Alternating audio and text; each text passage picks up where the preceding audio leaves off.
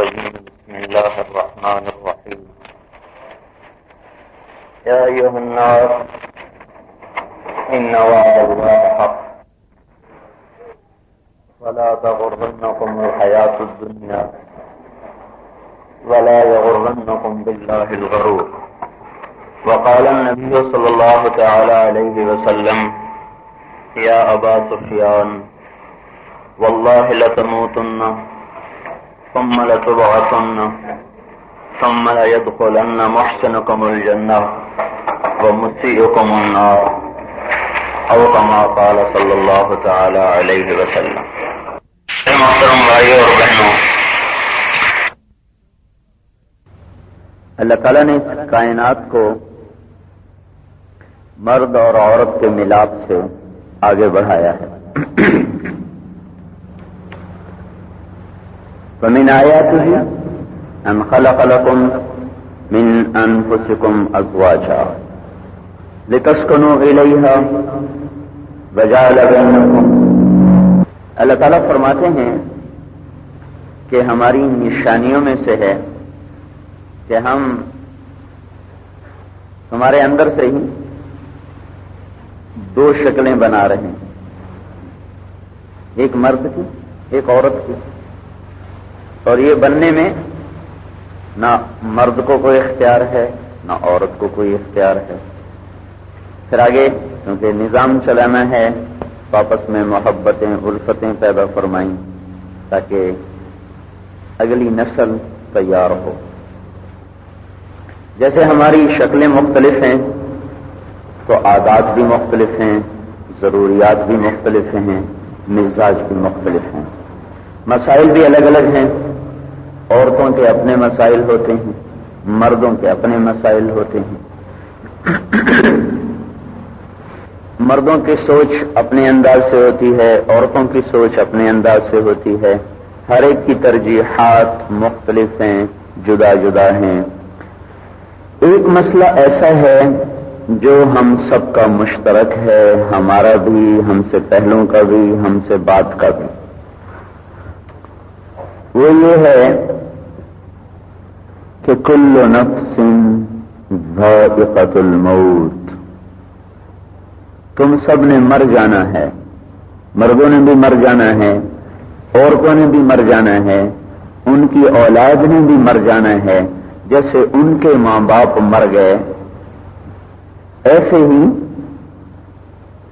یہ بھی مر جائیں گے، اور ایک نسل اگلی نسل کے تیار ہونے کے بعد ختم ہو جائے گی۔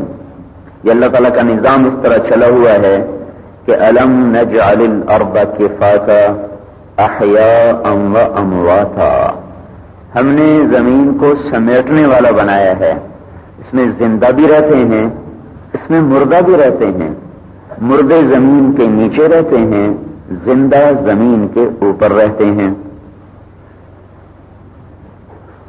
یہ مسئلہ ہم سب کا مشترک ہے کہ مر جانا ہے۔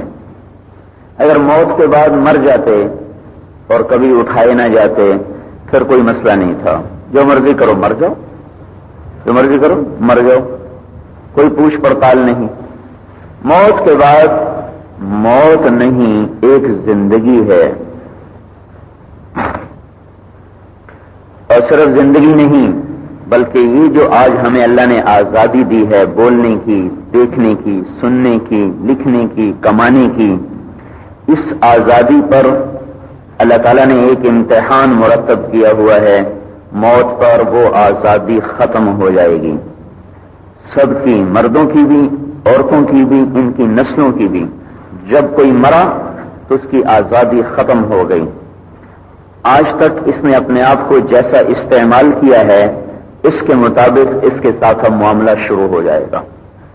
وہ دن اللہ نے رکھا ہوا ہے، اور جب قرآن اس کی طرف آتا ہے تو ایک دم قرآن کا لہجہ بدل جاتا ہے۔ جب دنیا کی طرف قرآن آتا ہے تو اس کا لہجہ اور ہے، جب آخرت کی طرف مڑتا ہے تو اس کے انداز بدل جاتے ہیں قرآن کے۔ دنیا کی بات کرتا ہے کہتا متاع الغرور، جیسے میں چھوڑو، یہ میرا اشارہ دیکھ رہے ہیں، چھوڑو، کیا کہتے ہو؟ یہ جو میرا اشارہ ہے یہی اس چیز کی حقارت کو بتا رہا ہے. چھوڑو پرے. تو یہ لگ رہا ہے متاع الغرور، چھوڑو پرے، یہ دھوکے کے گھر کے پیچھے پڑ گئے ہو. دار الغرور متاع قلیل، متاع قلیل، دار الغرور متاع الا قلیل، لعب لهو زینۃ تفاخر بینکم وتکاثر فی الاموال والاولاد کمثل غیث اعجب الکفار نباته ثم یہیج فتراه مصفرا ثم یکون حطاما.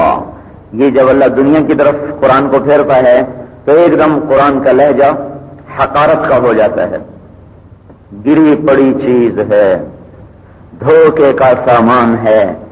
ساری دنیا جب دھوکا ہے تو حیدرآباد بھی دھوکا ہی ہے، اس کے گھروندے بھی دھوکا ہیں،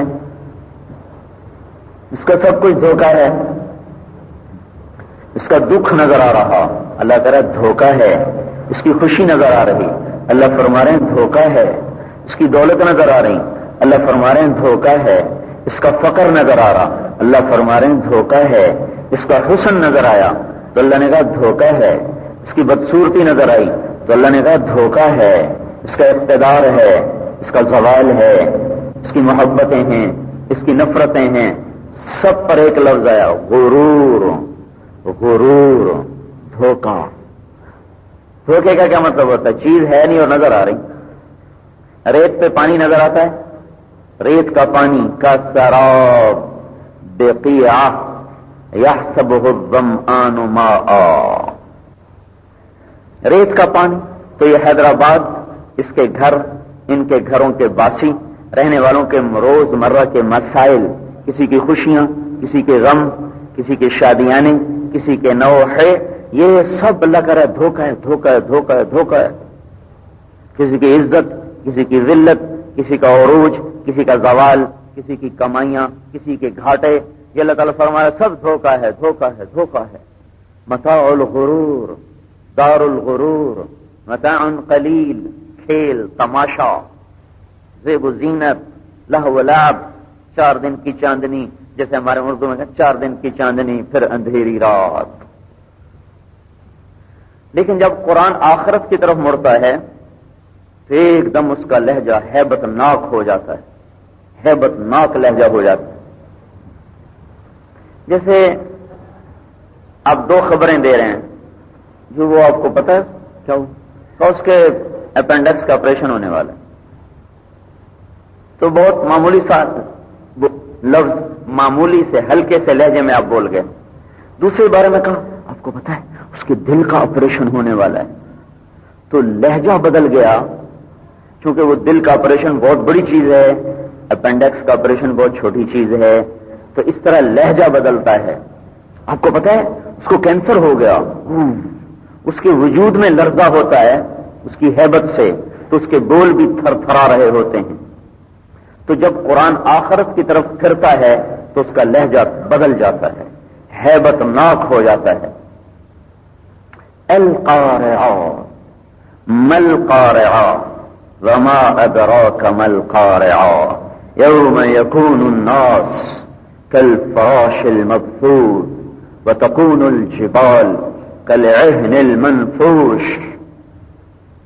الحاقة ما الحاقة وما أدراك ما الحاقة فإذا نقر في الناقور فإذا نفخ في الصور نفخة واحدة فإنما هي زجرة واحدة ما ينظرون إلا صيحة واحدة إن كانت إلا صيحة واحدة هل أتاك حديث الغاشية وما أدراك ما هي نار حامية وما أدراك ما الحطمة وما أدراك ما يوم الدين ثم ما أدراك ما يوم الدين.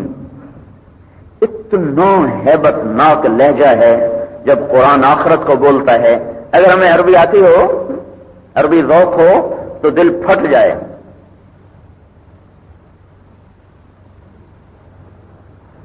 تمہارے کانوں کو چیر دینے والی آواز، کیا عجیب انداز ہے، ایک دم القارعہ، وہ چیخ جو تمہارے پردے پھاڑ دے گی کانوں کے.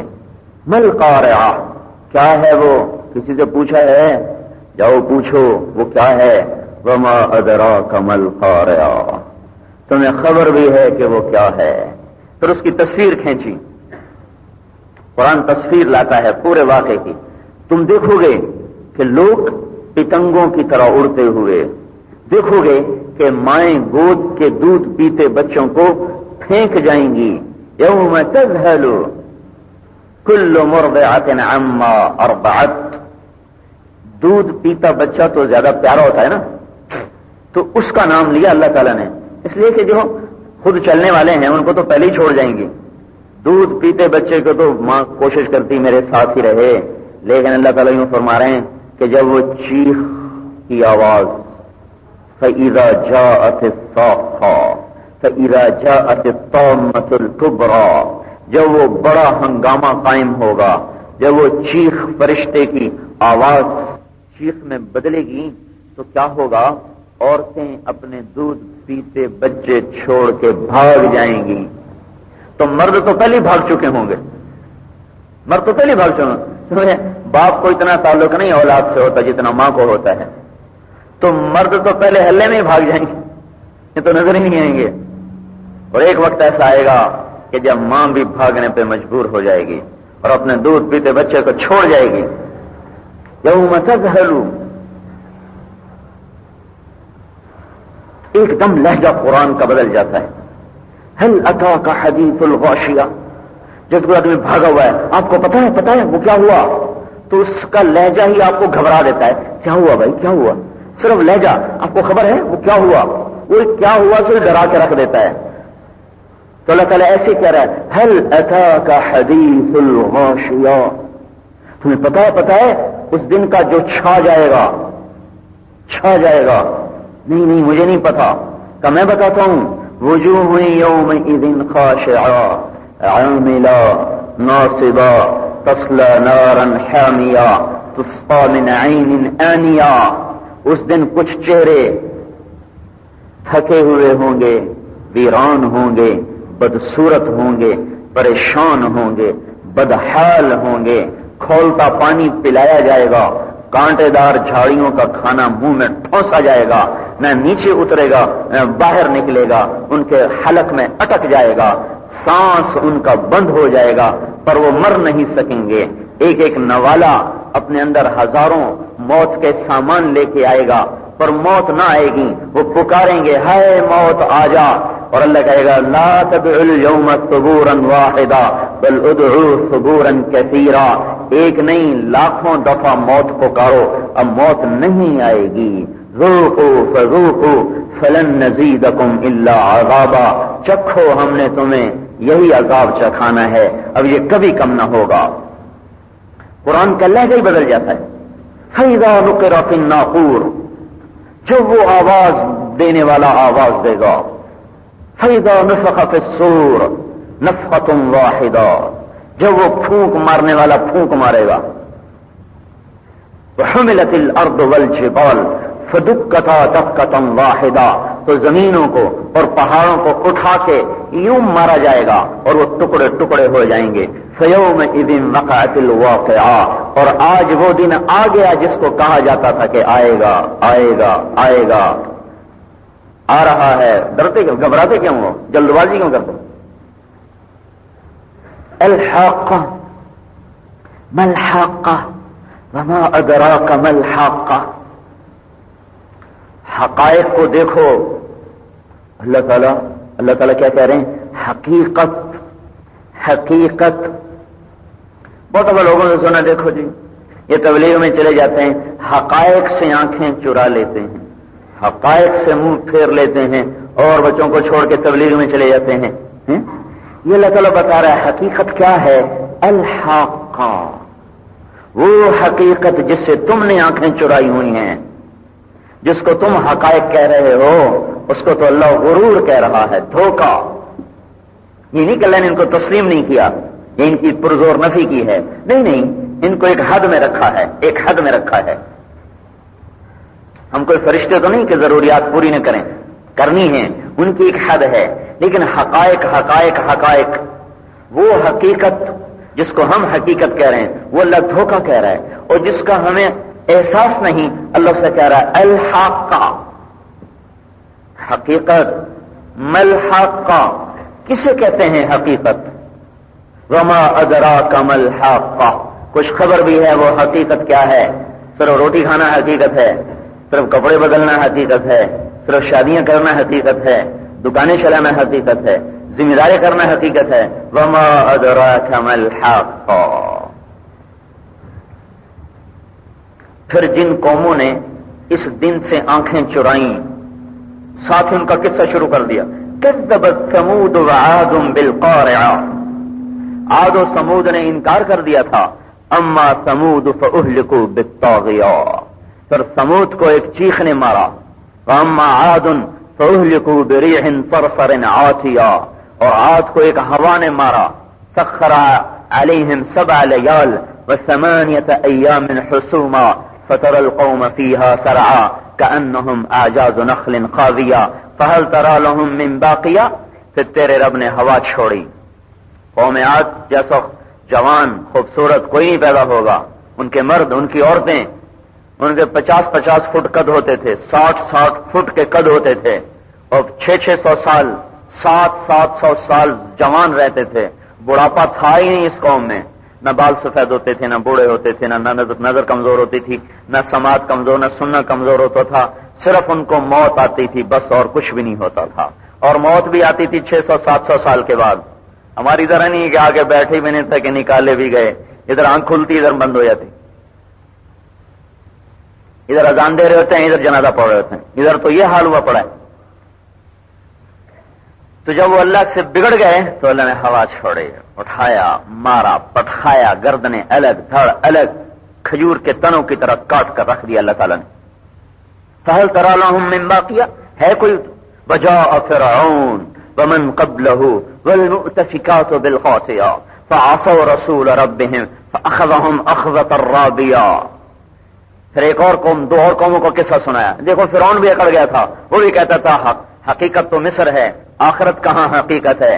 اور وہ دیکھو شعیب علیہ السلام کی قوم، وہ بھی کہنے لگی ہم تاجر لوگ ہیں، اگر ہم خیانت نہ کریں تو ہماری تجارت کیسے چلے؟ یہ حیدرآباد کے تاجر بھی یہی کہتے ہیں، اگر ہم کوئی گڑبڑ نہ کریں تو ہم بچوں کو روٹی کہاں سے کھلائیں، اگر ہم کوئی ہیرا پھیری نہ کریں تو بچوں کو روٹی کہاں سے کھلائیں، یہی قوم شعیب کہتی تھی۔ تو اللہ نے ان کو ایک پکڑا زوردار، ایک جھٹکا دیا، اخذۃ الرابیہ۔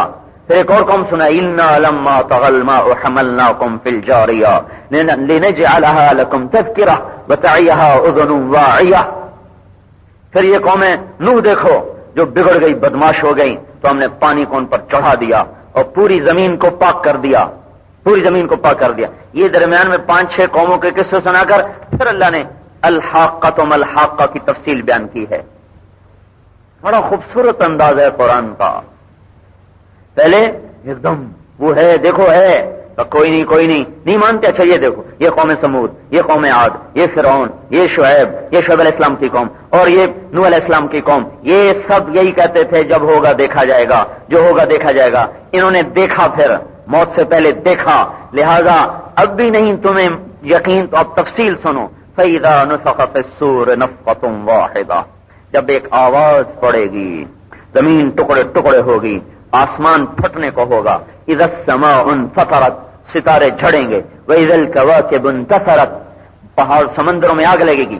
واذا البحار فجرت، واذا البحار سجرت، بہہ پڑیں گے، جل پڑیں گے۔ واذا الجبال سيرت، پہاڑ ریت ہو جائیں گے، چل پڑیں گے۔ اذا السماء انشقت، آسمان کے پرزے ہو جائیں گے، پرخشے اڑ جائیں گے، زمین کے ٹکڑے ٹکڑے ہو جائیں گے، روئی کے گالوں کی طرح پہاڑ۔ ينسفها ربي نسفا، ينسفها دھن دے گا، اڑا دے گا روئی کے گالوں کی طرح۔ اور اسرائیل علیہ السلام کو آج پسینے آئے ہوئے ہیں، سب کو مارنا ہے آج، کوئی نہیں چھوڑنا۔ سب ماؤں نے بچے بھی پھینکے، بیویوں نے خامدوں کو چھوڑا، خامدوں نے بیویوں کو چھوڑا، پر موت سے پھر بھی نہ بچ سکے۔ بچے پاؤں تلے روندے گئے کہ شاید میں بچ جاؤں، اور بچے بھی مر گئے اور مائیں بھی مر گئیں، خامد بھی گئے اور بیویاں بھی گئیں، باپ بھی گئے اور بیٹے بھی گئے، بھائی بھی گئے اور بہنیں بھی گئیں، سارے زور لگا بیٹھے کہ کہیں سے موت سے بچ جاؤں، پر آج تو یاتیہ الموت من کل مکان، اب تو موت نے چاروں طرف سے گھیرا ڈالا ہوا ہے، آپ بچ کے دکھاؤ۔ یہ مسئلہ ہم سب کا مشترک ہے۔ ساتوں آسمان پہ موت طاری ہو جائے گی، ساتوں زمینوں پہ موت طاری ہو جائے گی۔ جبرائیل میکائیل کو بھی کہتا مر جاؤ مر جاؤ، کیا کہنے اس رب کے، موت سے پاک ہے۔ جبرائیل پر بھی لرزہ طاری ہو جائے گا۔ سب سے قدیم فرشتہ جبرائیل، سب سے قدیم، سب سے مقرب فرشتہ، تو اللہ تعالیٰ کہیں گے فَلْيَمُتْ جبرائیل و میکائیل، تو وہ کہے گا اللہ تعالیٰ کا عرش، فَيَنْتِقُ الْعَرْشِ، عرش سفارش کرے گا، اَيَمُوتُ جبرائیل و میکائیل، یا اللہ یہ مر جائیں گے، ان کو آپ مارنا چاہتے ہیں، میری سفارش قبول کریں؟ تو اللہ تعالیٰ فرمائیں گے اسکت، خاموش، فقد كتبت الموت على من كان تحت عرشی، یہ پیالہ ہر ایک پیے گا، صرف تیرا رب اس سے مستثنی ہے۔ حی قیوم لا يموت یمیت الخلائق ولا يموت، جو سب کو مارتا ہے اور خود موت سے پاک ہے۔ جسے موت دکھاؤ اسے کب دنیا یاد رہتی ہے؟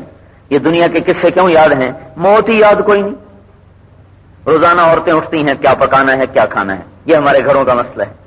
روزانہ لوگ اٹھتے ہیں کیا کرنا ہے، دفتر جانا ہے، کیا کرنا ہے، دکان جانا ہے، کیا کرنا ہے، اس سے لینا ہے، اس کو دینا ہے، وہ دے نہیں رہا وہ لینے کے لیے آ رہا ہے، یہ ہمارے روز کے مسائل ہیں۔ بچوں کا مسئلہ کیا ہے؟ اسکول بھیجنا ہے، اب کیا مسئلہ ہے؟ لینے جانا ہے۔ یہ ہماری زندگی کے آج مسائل ہیں، مسائل، وہ میرے بھائیو ضرور ہیں، میں بھی اسی معاشرے کا فرد ہوں، یہ ہمارے مسائل ہیں۔ ایک طرف سے بچھو آ رہا ہو، ایک طرف سے اژدہا آ رہا ہو، کس سے آدمی بچے گا؟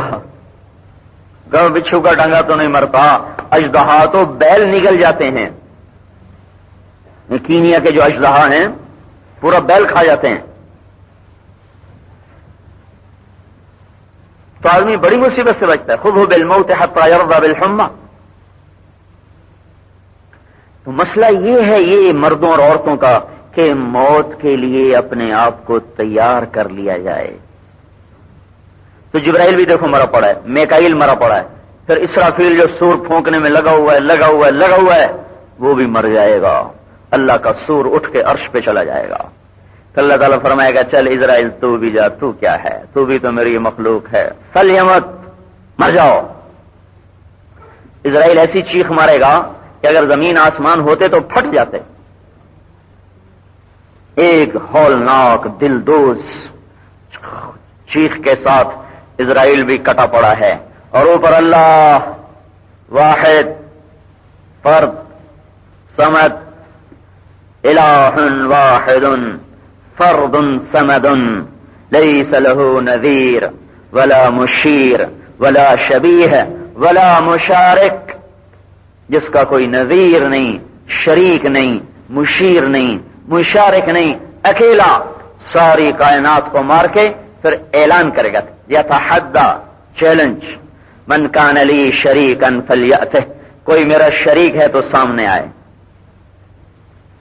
من کان لی شریکا فلیأتہ، کوئی میرا مقابل ہے تو سامنے آئے، من کان لی شریکا فلیأتہ، کوئی میرے مقابل ہے تو آؤ بھائی، آؤ آؤ آؤ، کہاں ہو، کوئی ہو تو جواب دے۔ پھر صرف اتنی کہانی نہیں کہ ہم مر جائیں گے، اس سے ہولناک کہانی یہ ہے کہ پھر ہم سب کھڑے ہو جائیں گے، فَإِذَا هُم مِّنَ الْأَجْدَاثِ إِلَىٰ رَبِّهِمْ يَنْسِلُونَ، فَإِذَا هُمْ قِيَامٌ يَنظُرُونَ إِنْ كَانَتْ إِلَّا صَيْحَةً وَاحِدَةً فَإِذَا هُمْ قِيَامٌ يَنظُرُونَ فَإِنَّمَا هِيَ زَجْرَةٌ وَاحِدَةٌ فَإِذَا هُمْ بِالسَّاهِرَةِ، ایک چیخ ہوگی جو انہیں قبروں سے کھینچ کے میدان میں کھڑا کر دے گی۔ یہ حیدرآباد مٹ چکا ہوگا، پر اس کے زمین میں دفن ہونے والے اس دن جب کھڑے ہوں گے تو نہ کوئی دریا نظر آئے گا، نہ کوئی کوٹری کا پل نظر آئے گا، نہ کوئی گھروندا نظر آئے گا، نہ کوئی جھونپڑا نظر آئے گا، نہ کوئی کلہوڑے کا قلعہ نظر آئے گا، اور نہ کوئی محل نظر آئے گا۔ قاعاً صفصفا، حیدرآباد کی زمین تو ہوگی اور اس کے باسی تو ہوں گے، سب جو یہاں مر رہے ہیں کھڑے ہوں گے، پر انہیں نظر کچھ نہیں آئے گا، ایک چٹیل میدان، اور ادھر سے فرشتوں کے کوڑے لگیں گے، چلو میدان حشر کی طرف، اور ان کو پیدل کھینچ کے لے جایا جائے گا میدان محشر کی طرف۔ جو ملک شام جہاں پر ہے، یہ محشر کا سینٹر ہے، مرکز ہے، باقی سارے زمین اس کے گرد ہے۔ یہاں سے حیدرآباد سے شام فرشتے ہانک کے لے جا رہے ہیں، کچھ ہوں گے جن کو سواریاں پیش کی جائیں گی۔ فتأتون افواجا، 3 فوجیں ہوں گی اس دن، 3 گروہ، ایک گروہ سواریوں پیش کی جائیں گی اور ان کو سواریوں پہ لے جایا جائے گا، ایک گروہ اپنے پاؤں سے پیدل چل کے جائے گا، ایک گروہ مردوں عورتوں کا ایسا ہوگا جو سر کے بل چل رہا ہوگا، ٹانگیں اوپر ہوں گے سر نیچے ہوگا، یہاں سے شام تک جانا ہے سر کے بل۔ ایک صحابی نے پوچھا سر کے بل کیسے چلیں گے؟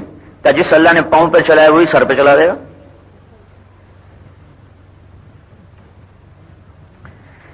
میرے بھائی اور بہنوں، یہ ہمارا اجتماعی مسئلہ ہے کہ ہم مر کے سرخرو ہو جائیں، مریں تو اللہ راضی ہو جائے، ناراض نہ ہو ہم پہ، راضی ہو، اس کی نظروں سے گر نہ جائیں، اس کو بھا جائیں۔ لوگوں کی نظروں میں جچ جانے سے کسی کا مسئلہ حل نہیں ہوگا، اللہ کی نظروں میں جچ گیا تو تب جا کے کام بنے گا۔ ایک لڑکی کی شادی ہو رہی تو اس کی سہیلیاں اس کو تیار کر رہی، جب وہ اس کو دلہن بنا دیا تو کہنے لگی بڑی اچھی لگ رہی ہو بھائی، ماشاءاللہ بڑی اچھی لگ رہی ہو، تو وہ رونے لگی۔ اس نے کہا تمہاری نظروں میں جچ جانے سے میرا کام نہیں بنے گا۔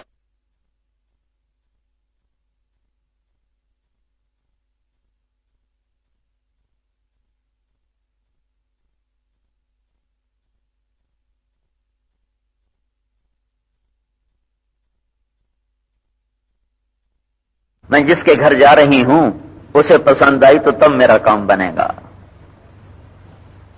لوگوں کو پسند آ جانے سے ہمارا کام نہیں بنے گا، اللہ کو پسند آئے تو تب ہمارا کام بنے گا۔ تو اللہ کو پسند آنے کے لیے ایک طریقہ ہے، وہ حضرت محمد صلی اللہ علیہ وسلم کی زندگی ہے۔ تبلیغ میں ہم اس کو سیکھ رہے ہیں کہ ہر مرد عورت کو اللہ کا رسول ایک زندگی دے کر گیا ہے، اس زندگی کو سیکھنے کا ایک نظام چل رہا ہے۔ اسلام ہمارے پاس نسل در نسل آیا ہے، ایک نسل جب مرتی ہے تو اگلی نسل کو اپنا علم بھی دیتی ہے اور اپنے اخلاق اور عادات بھی دیتی ہے۔ صرف وراثت نہیں منتقل ہوتی، بھائی ماں مر گئی، ابا مر گیا، چلو بھائی گھر تقسیم کرو، دکان تقسیم کرو، زمین تقسیم کرو، صرف وراثت نہیں منتقل ہوتی، بلکہ غیر شعوری طور پر ماں اور باپ کے اخلاق بھی وراثت میں آ جاتے ہیں۔ اڑوس پڑوس ایک پوری نسل جو آج حیدرآباد میں چل رہی ہے، یہ دودھ پیتی نسل جو آج پروان چڑھ رہی ہے، ان کو کچھ روزانہ دے رہی ہے۔ جب یہ ہم دنیا سے چلے جائیں گے تو ہمارے بعد آنے والی نسل وہ بہت کچھ ہم سے لے کر آگے منتقل کر رہی ہوگی۔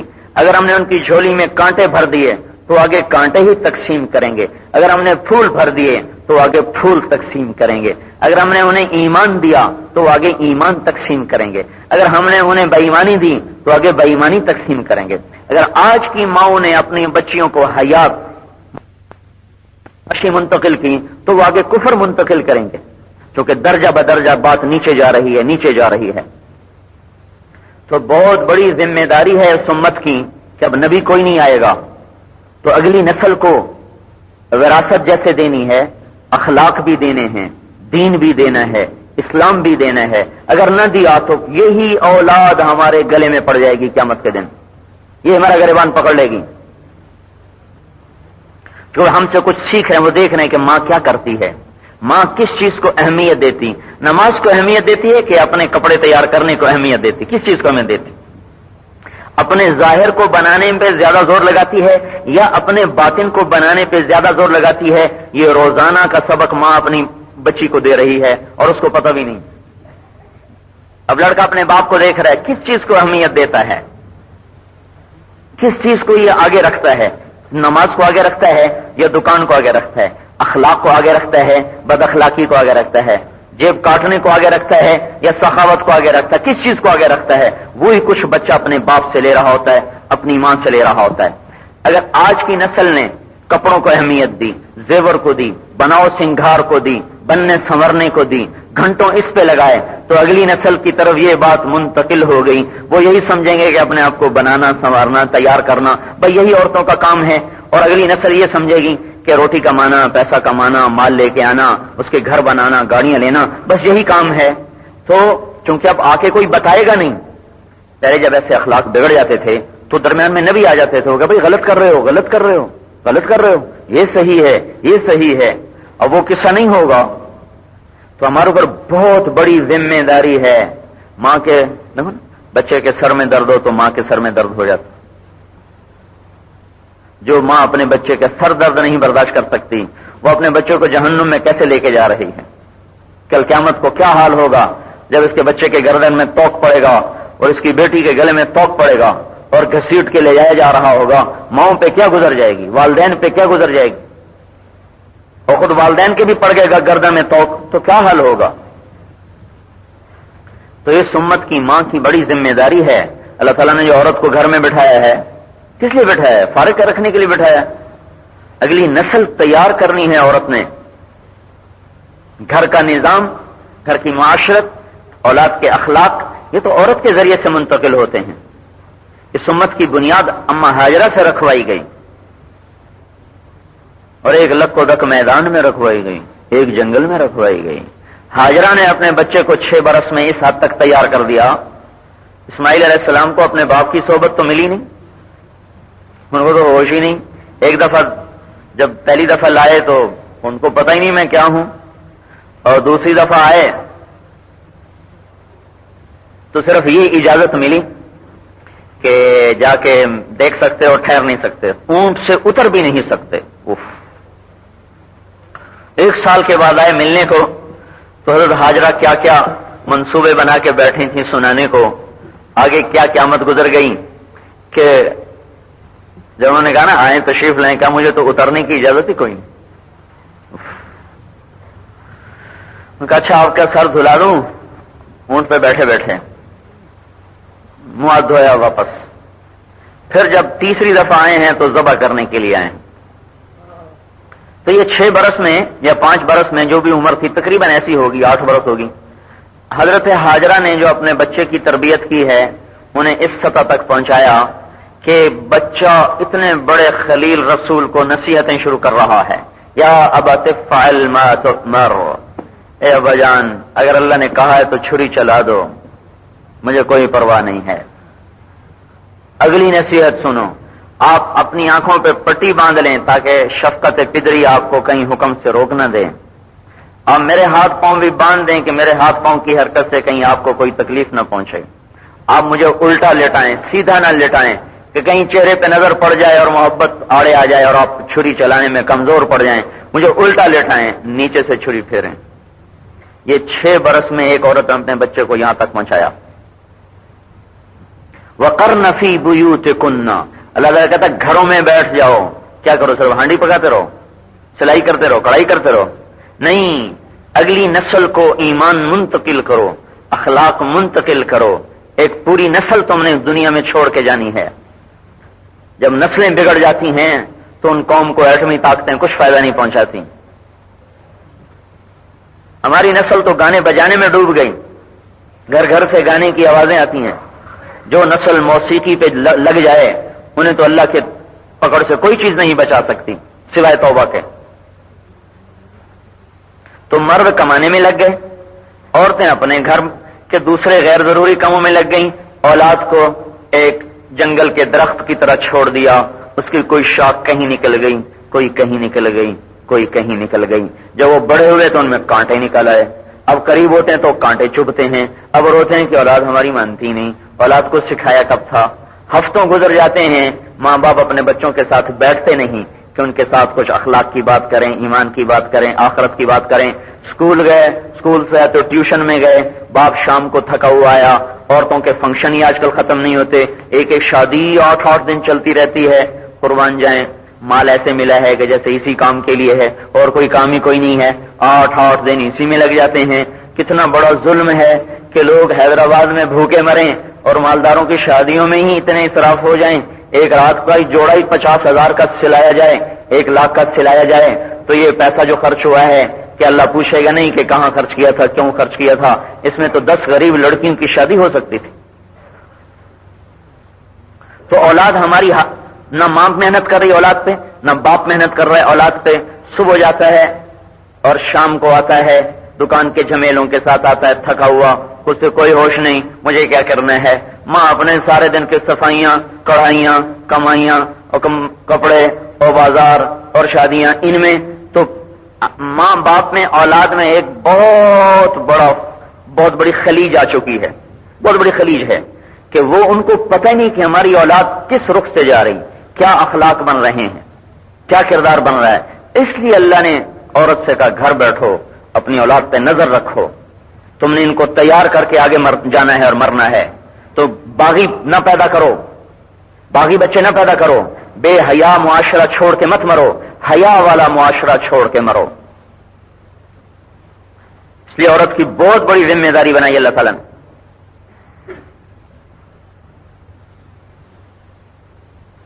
وَاذْكُرْنَ فِي بُيُوتِكُنَّ وَاذْكُرْنَ مَا يُتْلَى فِي بُيُوتِكُنَّ مِنْ آيَاتِ اللَّهِ وَالْحِكْمَةِ. اب گھر میں تو بیٹھ کے اب کرنا کیا ہے؟ اب یہ کرنا ہے کہ اللہ کا دین، اللہ کے نبی کے فرمان یہ اپنے اولاد کے طرف منتقل کرو، اپنی اولاد کی طرف منتقل کرو. یہ تو اللہ تعالیٰ نے ایک رکوع پورا ہمیں سنایا ہے کہ ماں باپ کی ذمہ داری کیا ہے اولاد کے لیے.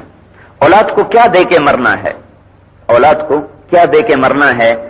سورہ لقمان میں اللہ تعالیٰ نے ماں اور باپ کو ایک پورا انڈیکس بنا کے دیا ہے، ایک نقشہ بنا کے دیا ہے کہ یہ باتیں سکھا دو بس. اب یہ فکر نہ کرو کہ ان کی روٹی کا کیا بنے گا، ان کی شادی کا کیا بنے گا. ابھی ماں باپ کی شفقت ہے لیکن اتنی ہے کہ ان کا کاروبار اچھا ہو، ان کی بر وقت شادی ہو، ان کی نوکریاں ہوں، ان کی تجارت ہو. تاجروں کو فکر ہوتی ہے تجارت بن جائے، ملازموں کو فکر ہوتی ہے آگے پڑھ جائے تو کوئی ملازمت لگ جائے. تھوڑے جوان ہوتے ہیں تو فکر ہوتی ہے شادی ہو جائے. آگے ان کے اخلاق کیا ہیں، ان کا کردار کیا ہے، ان کی قبر اچھی ہو جائے، ان کی آخرت اچھی ہو جائے، یہ کوئی احساس کوئی نہیں. تو اللہ تعالیٰ نے ماں باپ کو ایک نصاب دیا ہے کہ پہلا سبق جب تمہارا بچہ ہوش میں آئے تو اسے یہ سبق دو، یا بنی لا تشرک باللہ. حضرت لقمان علیہ السلام غلام تھے، اللہ نے حکمت سے بھر دیا. بعضے کہتے ہیں نبی تھے، بعضے کہتے نہیں تھے. تو وہ اپنے بیٹے کو نصیحت کر رہے ہیں تو ماں باپ کو یہ رکوع اللہ نے سنایا ہے. اسی کے زمن میں اساتذہ کو یہ رکوع اللہ نے سنایا ہے کہ اس نسل کو تیار کیسے کرنا ہے. جیسے میں نے پہلے کہا نا، لڑکی دیکھ رہی کہ میری ماں کو اہمیت کس چیز کو دے رہی، میرا باپ اہمیت کس چیز کو دے رہا، اسی کو بھی اہمیت دیں گے. یہ اعمال پہ مرتا ہے کہ پیسے پہ مرتا ہے؟ اس میں حیا ہے یا بے حیائی ہے؟ اس کے اندر سخاوت ہے یا بخل ہے؟ اس کے اندر راتوں کا رونا ہے یا راتوں کو اٹھ کے سارے رات فضول کاموں میں وہ گزارنا ہے؟ وہ دیکھتا ہے، اسے اثر لیتا ہے. پہلا سبق اپنی اولاد کو، یا بنی لا تشرک باللہ، اے بیٹا شرک نہ کرنا، شرک نہ کرنا، اللہ کو ایک مانو.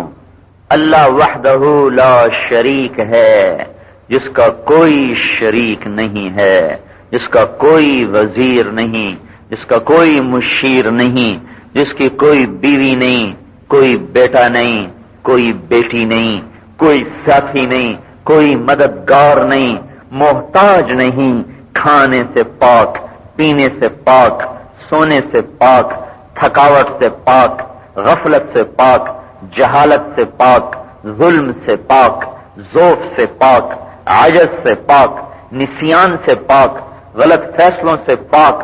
ما کان ربک نسیا، لا يضل ربي ولا ينسى لا تأخذه سنة ولا نوم ولا يؤوده حفظهما وما مسنا من لغوب ولا تحسبن الله غافلا عما يعمل الظالمون. اور ما كان الله ليعجزه من شيء لا يعزب عنه مثقال ذرة. یہ ذہن بناؤ کہ اللہ ایسا ہے. ابھی تو نہ ماں کو پتا ہے کہ اللہ کیا ہے، نہ باپ کو پتا ہے کہ اللہ کیا ہے. مطلب ایک ماں اپنی بچی کو کپڑے کے انداز سمجھانے میں گھنٹہ لگا سکتی ہے، لیکن وہی ماں اپنی بچی کو اللہ کی بات بتانے میں 5 منٹ بھی نہیں بات کر سکتی. یہ کپڑا ایسا ہے، وہاں سے خریدا ہے، اس میں یہ ڈیزائن ہے، اس میں یہ ڈیزائن ہے، اس میں یہ ہے، اس میں یہ ہے. ایک باپ اپنے بچے کو اپنی دکان پر 1 گھنٹہ تقریر کر کے بتا سکتا ہے، لیکن وہی باپ اپنے بیٹے کو اللہ نہیں سمجھا سکتا کہ بیٹا اللہ کون ہے، اللہ کیا ہے، اللہ کیا کرتا ہے. پہلا سوال جو تیار کروانا تھا، من ربک. قبر میں پہلا سوال من ربک. اسی سوال کی ماں باپ کے ذمہ کہا کہ پہلا سوال اپنے ماں باپ کو تیاری کرو، اپنی اولاد کو پیپر کی تیاری کرو. جب امتحان ہوتے ہیں تو ماں باپ خود ساتھ لگتے ہیں، جن کو تھوڑا تعلیم کا ذوق ہے نا، جن ماں باپ کو، تو وہ بچوں کے ساتھ بیٹھتے ہیں، پڑھو پڑھو، ان کو خود یاد کرواتے ہیں، خود ان کو پڑھاتے ہیں، خود بیٹھتے ہیں، خود سر کھپاتے ہیں، ٹیچروں سے پوچھتے ہیں، ٹیوٹر سے پوچھتے ہیں. تو پہلا سوال آ رہا ہے قبر کا، من ربک. اسی پہلے سوال کی اللہ تعالیٰ تیاری کروا رہا ہے. کہو لا تشرک باللہ، یاد کر میرا بیٹا اللہ ایک ہے، اللہ ہے، اللہ ہے، اللہ ہے، تاکہ جب قبر میں تجھ سے منکر نکیر پوچھے تو کھٹ سے کہے کہ میرا رب اللہ ہے. جس کی عمر نے تیاری کی تھی، عمر نے آپ نے کہا عمر وہ کیا دن ہوگا جب منکر نکیر تیرے پاس قبر میں آئیں گے، زمین کو چیرتے ہوئے، گرجتے چمکتے کڑکتے برستے ہوئے، وہ کیا دن ہوگا. حضرت عمر نے کہا میں ہوش میں ہوں گا. آپ نے کہا ہو گئے. کہ پھر میں خود ہی نمٹ لوں گا، ان سے نمٹ لوں گا. تو اتنے میں جبریل علیہ السلام آئے. ان کا یا رسول اللہ ہم تو دیکھ رہے ہیں کہ عمر جب قبر میں رکھا جائے گا اور ان سے منکر نکیر پوچھیں گے من ربک، تیرا رب کون ہے، تو یہ کہیں گے ربی اللہ فمن ربکما، میرا رب تو اللہ ہے، تمہارا رب کون ہے بولو. الٹا ان کا امتحان لے لیں گے. کیا تیاری کی پیپر کی. ایسی تیاری کروائیں ماں باپ اپنی اولاد کو. اگر یہ تیاری نہ کروائی تو یہ ماں باپ ظالم ہوں گے، ظالم. اور ان کی اولاد مظلوم ہے، مظلوم. بچے کو ناشتے میں انڈا نہ ملے تو ماں بگڑ جاتی ہے، اور وہ فجر کی نماز نہ پڑھے تو نہ ماں کو درد ہے نہ باپ کو درد ہے. تو پہلا پیپر ہے، تیاری کرو. من ربک یا بنی لا تشرک باللہ. اپنے بیٹے کو اللہ سکھا دو، اللہ کہ اس کے دل میں اتر جائے اللہ.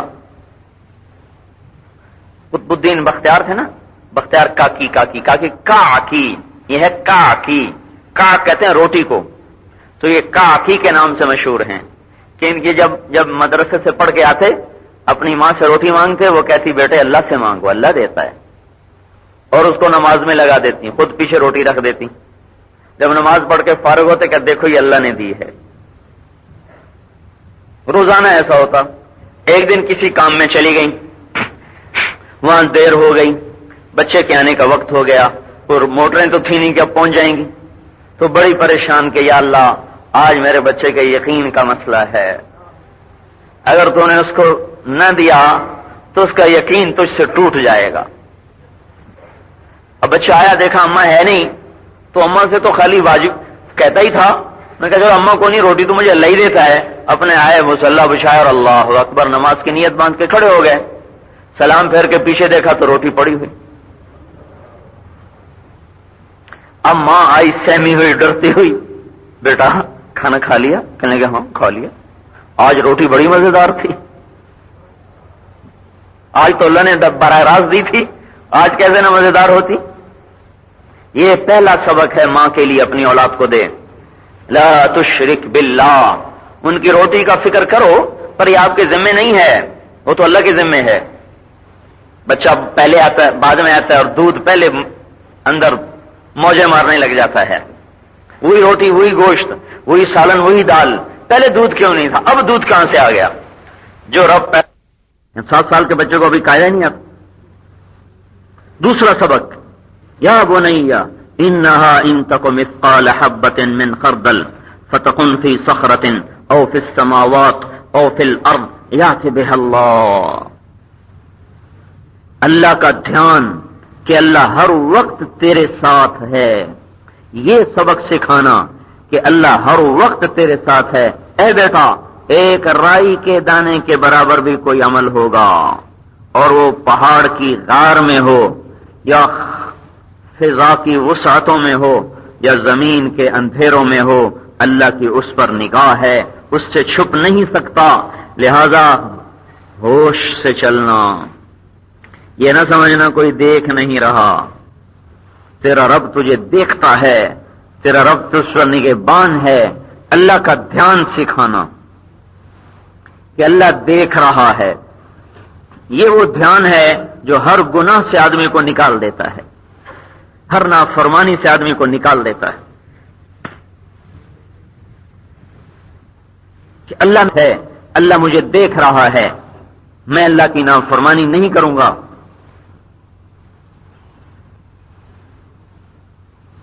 بڑی یہ طاقت ہے اللہ کا دھیان، اتنا بڑا پہرے دار ہے اللہ کا دھیان، اور اتنی بڑی تسلی ہے، اللہ میرے ساتھ ہے، اللہ میرے ساتھ ہے، بس دعا مانگنے کی ضرورت ہے۔ یہ دوسری چیز ہے جو ان کے دلوں میں اتارنی ہے اور بٹھانی ہے کہ اللہ میرے ساتھ ہے، اللہ مجھے دیکھ رہا ہے، اللہ میری ضرورتوں کا کفیل ہے، ماں باپ نہیں، کاروبار نہیں، اللہ۔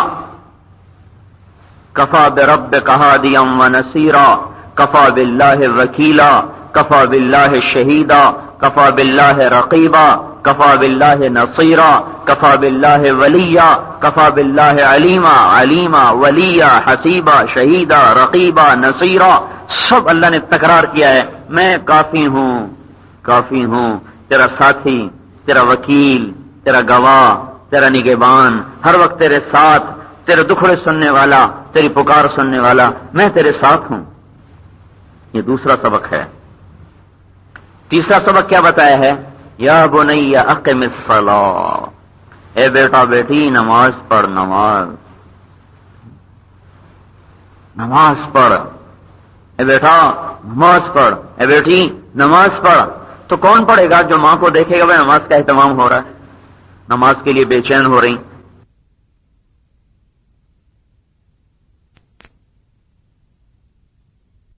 نماز پڑھ، اے بیٹی نماز پڑھ۔ تو کون پڑھے گا؟ جو ماں کو دیکھے گا وہ نماز کا اہتمام ہو رہا ہے، نماز کے لیے بے چین ہو رہی، نماز کے لیے بے قرار ہو رہی، تو وہی نماز کی طرف چلیں گے۔ تو اگر ماں میں یہ ہو کہ ادھر اذان ہو اور ادھر اس کا کام بند ہو جائے، ہانڈی وہیں چھوڑ دے، سلائی وہیں چھوڑ دے، صفائی وہیں چھوڑ دے، ہر چیز وہیں چھوڑ دے، اور فوراً وضو میں لگ جائے اور نماز میں داخل ہو جائے، تو اولاد کو بھی یہی ملے گا پھر آگے کہ نماز کا عبادات کا شغف پیدا ہو جائے۔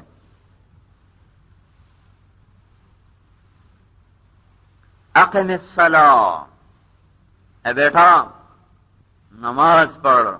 معاذہ عدویہ رحمت اللہ علیہ جب رات آتی تو کہتی معاذہ تیری آخری رات ہے، کل نہیں آئے گی، ساری رات نفل پڑتی رہتی، جب تھک جاتی بیٹھے بیٹھے سو جاتی، جب دن چڑھتا کہتی معاذہ آخری دن ہے، کل کوئی شام نہیں آئے گی، پھر سارا دن اپنے اللہ کے ذکر میں تلاوت میں لگی رہتی، اس کے ساتھ ساتھ گھر کا کام بھی کرتی رہتی۔ اقم الصلاۃ، نماز پڑھو۔ تو جب باپ میں بھی ماں میں بھی نماز کا اہتمام ہوگا تو اولاد میں بھی آئے گا، ماں باپ میں نہیں تو اولاد میں بھی نہیں آئے گا۔ اقم الصلاۃ۔ دوسرا کام وامر بالمعروف وانہ عن المنکر، اے بیٹا تبلیغ کیا کر۔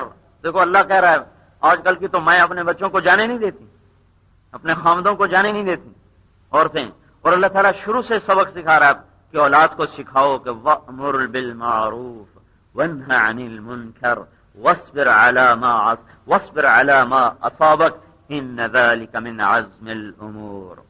اے بیٹا تبلیغ کرتے رہنا، بھلائی پھیلاتے رہنا، برائی سے روکتے رہنا، اس پہ آنے والی تکلیف پہ صبر کرنا، یہ بہت بڑی بات ہے۔ اللہ کے دین کے لیے تیار کرنا، چونکہ اس امت کو یہ کام ملنا تھا نا، اس لیے یہ بڑے خوبصورت انداز میں ماں باپ کو سمجھائے کہ شروع سے اپنی اولاد کو اسلام پھیلانے کے جذبے پر کھڑا کرو، نہیں تو وہ صرف کمانے والے بنیں گے اور انہیں دین کا کوئی غم نہ ہوگا۔ حضرت اسماء رضی اللہ تعالیٰ عنہا، ان کے جب حجاج نے گھیرا ڈال لیا عبداللہ ابن زبیر کا مکے میں، تو اپنی ماں کے پاس آئے، کہنے لگے اماں اپنے بھی ساتھ چھوڑ گئے، اور وہاں سے پیشکش ہے کہ صلح کر لو تو جان بخشی ہو جائے گی، اگر صلح کر لو تو معاف کر دیں گے۔ تو کوئی ماں بھی اپنے بچے کی موت چاہتی ہے۔ انہوں نے کہا عبداللہ اگر تو دنیا کے لیے لڑا ہے تو پھر حیف ہے تجھ پر بھی اور تیری زندگی پر بھی اور تیری ساری اس کوشش پر بھی، اور اگر تو اللہ کے لیے لڑا ہے تو پھر مجھے تیری زندگی کی کوئی تمنا نہیں۔ اگر تو اس کے لیے مر جائے تو میں دونوں حال میں راضی ہوں، اللہ تجھے کامیاب کر دے تو میری خوشی ہے، لیکن اگر تو اس میں ظاہری طور پر ناکام ہو جائے، قتل ہو جائے، تو بھی میں اس پہ راضی نہیں کہ تو زندگی کی وجہ سے صلح کر لے۔ تو مر جا مجھے یہی پسند ہے، کہ تو مرے گا تو اللہ کے نام پہ، یہ مجھے پسند ہے، اسی لیے تمہیں پالا تھا میں نے۔ ماں اپنے بچے کو مرنے پہ تیار کر رہی۔ وَأْمُرْ بِالْمَعْرُوفِ وَنْهَ عَنِ الْمُنْكَرِ وَاصْبِرْ عَلَى مَا أَصَابَكَ۔ کہنے لگے اچھا چلو پھر آخری ملاقات کر لو، گلے مل لو۔ جب گلے لگایا تو وہ انہوں نے کرتے کے نیچے زرہ پہنی ہوئی تھی، لوہے کا لباس، تو جب ایسے گلے لگایا اور پیار کیا تو اندر محسوس کیا کہ یہ کیا پہنا ہوا ہے؟ کہنے لگے زرہ پہنی ہوئی۔ فرمانے لگی موت کے چاہنے والے لوہے کی آڑ نہیں لیا کرتے، موت کے چاہنے والے لوہے کا سہارا نہیں لیا کرتے، اتار دو۔ انہوں نے فرمایا مجھے ڈر یہ ہے کہ میری لاش کو خراب کریں گے، اس لیے میں نے یہ پہنا ہوا ہے۔ تو انہوں نے ایک جملہ بولا بے ساختہ، جو عربی ادب میں ایک مثال بن گیا، ضرب المثل بن گیا۔ تو انہوں نے ارشاد فرمایا بیٹا الشاۃ المذبوحہ لا یولمها السلخ، بکری جب ذبح ہو جاتی ہے تو کھال کے کھینچنے کا اسے کوئی درد نہیں ہوتا۔ تو شہید ہو جائے گا تو تیرے ٹکڑے کریں یا تجھے آگ میں جلائیں یا تجھے سولی پہ لٹکائیں تو تیرے لیے تو برابر ہے، اتار دے۔ مرنے والے لوہے پر اعتماد نہیں کرتے۔ ماں اپنے بچے کو مرنے کے لیے تیار کر رہی ہے۔ موت کی سواری پہ میں تیار کروایا کرتی تھی۔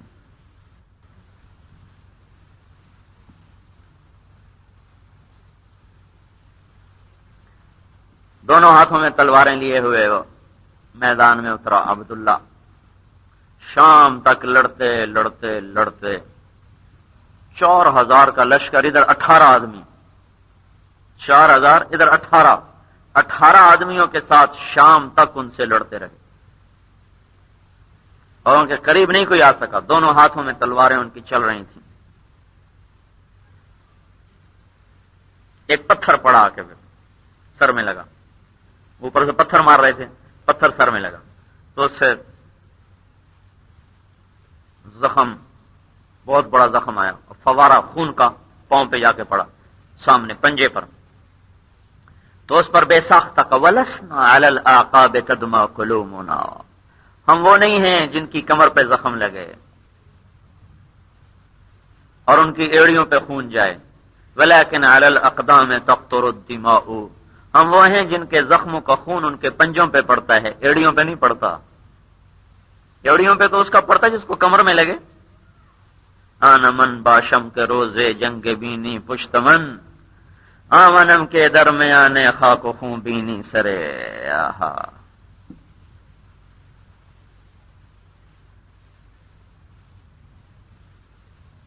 اور وہ گر گئے، چکو اتنا بڑا پتھر پڑا گر گئے۔ تو پھر اس وقت اپنی ماں کو آخری پیغام دیا، اسماء ان قتلت لا تبکینی، اے اسماء رونا نہیں، میرے موت کی خبر اب آنے والی ہے۔ لم یبق الا حسبی و دینی، میں نے سب کو چھوڑ دیا پر دین نہ چھوڑا، اپنی شرافت کو نہ چھوڑا، اپنے دین کو نہ چھوڑا، اور سب نے میرا ساتھ چھوڑا۔ وصارمت لعنت بہ یمینی، پر میری تلوار نے میرا ساتھ نہیں چھوڑا جو آخر تک میرے ہاتھ میں رہی۔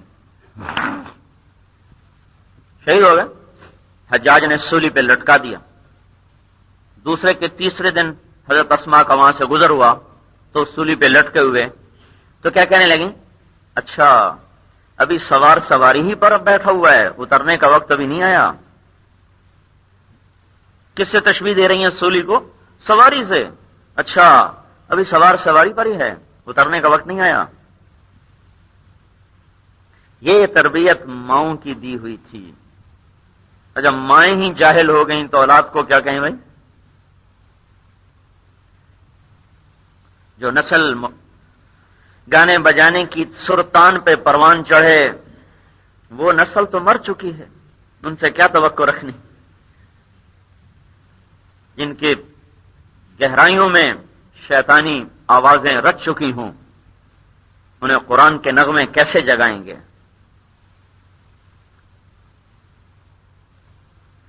حبیب ابن زید رضی اللہ تعالیٰ عنہ کو مسلمہ کذاب نے پکڑا، ان کا ایک ہاتھ کاٹ دیا، پھر دوسرا ہاتھ کاٹ دیا۔ ان سے کہتا تھا کہو میں اللہ کا رسول ہوں، وہ کہتے میں نہیں کہتا، ایک ہاتھ کاٹ دیا۔ پھر کہا بولو، کہا نہیں کہتا، پھر دوسرا ہاتھ کاٹ دیا۔ کہا بولو میں اللہ کا رسول ہوں، کہا نہیں کہتا، پھر ایک پاؤں کاٹ دیا، پھر دوسرا پاؤں کاٹ دیا، پھر ان کا ناک کاٹ دیا، پھر کان کاٹ دیے، آنکھیں نکال دی، زندہ ہیں آنکھیں نکال دی، پھر ان کی بوٹیاں اتارنے لگا خنجر سے۔ ایک دفعہ نہیں کہلوا سکا اور وہ بوٹی بوٹی ہو گئے، یہ بول نہ وہ کہلوا سکا۔ اس طرح بے دردی سے ان کو اس نے شہید کیا۔ یہ پوری خبر ان کی والدہ ام عمارہ کو پہنچی کہ ام عمارہ یہ ہوا تیرے بیٹے کے ساتھ، تو انہوں نے کیا جواب دیا؟ لہذا الیوم ارضعتہ، یہی دن دیکھنے کے لیے تو اس کو دودھ پلایا تھا، اور کس لیے پلایا تھا؟ یہی دن دیکھنے کے لیے دودھ پلایا تھا۔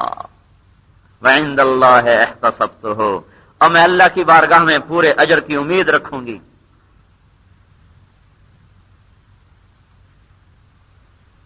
یہ زندگی ماں باپ نے سکھانی تھی جو نہیں سکھائی، برباد کر دیا پوری نسل کو۔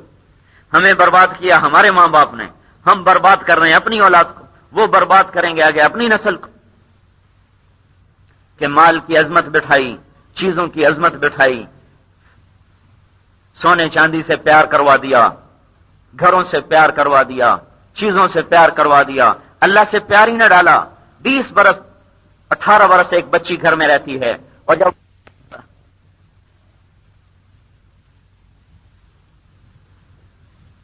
رابعہ بھی تو کسی ماں کی بیٹی تھی، رابعہ بھی تو کسی ماں کی بیٹی تھی۔ جب رات آتی تو روزانہ غسل کر کے کپڑے بدل کے اپنے خامن سے پوچھتی میری ضرورت ہے، میری ضرورت ہے۔ اگر وہ کہہ دیتے نہیں ہے تو پھر مجھے اجازت ہے، کہاں اجازت ہے؟ اللہ اکبر۔ پھر ساری رات مصلی تھا اور رابعہ تھی۔ جب ان کے خامن کا انتقال ہو گیا، جوانی میں ہی ہو گیا تھا، تو انہوں نے آگے شادی نہیں کی۔ حسن بصری آئے ان کے پاس شادی کا پیغام لے کر کے مجھ سے شادی کر لیں۔ حسن بصری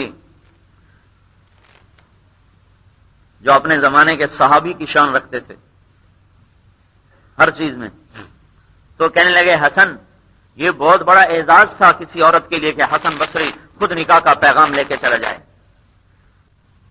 اگر وہ اشارہ کرتے تو اس زمانے کے بادشاہ اپنی بیٹیاں حسن بصری کو پیش کر دیتے، ایسے انسان تھے حسن بصری۔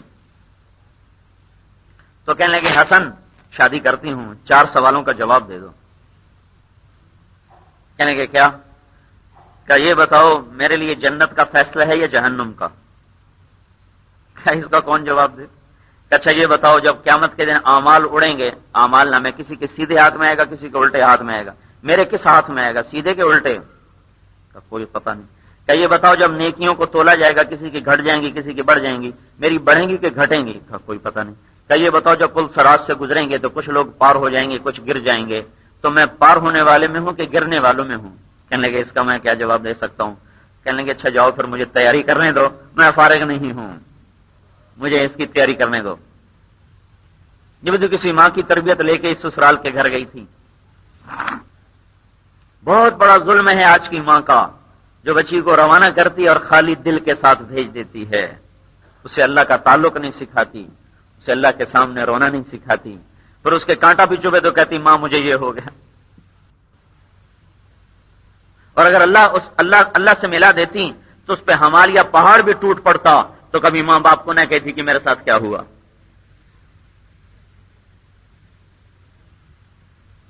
یہ بات سکھانی ہے، وَأْمُرْ بِالْمَعْرُوفِ وَانْهَ عَنِ الْمُنْكَرِ وَاصْبِرْ عَلَى مَا أَصَابَكَ.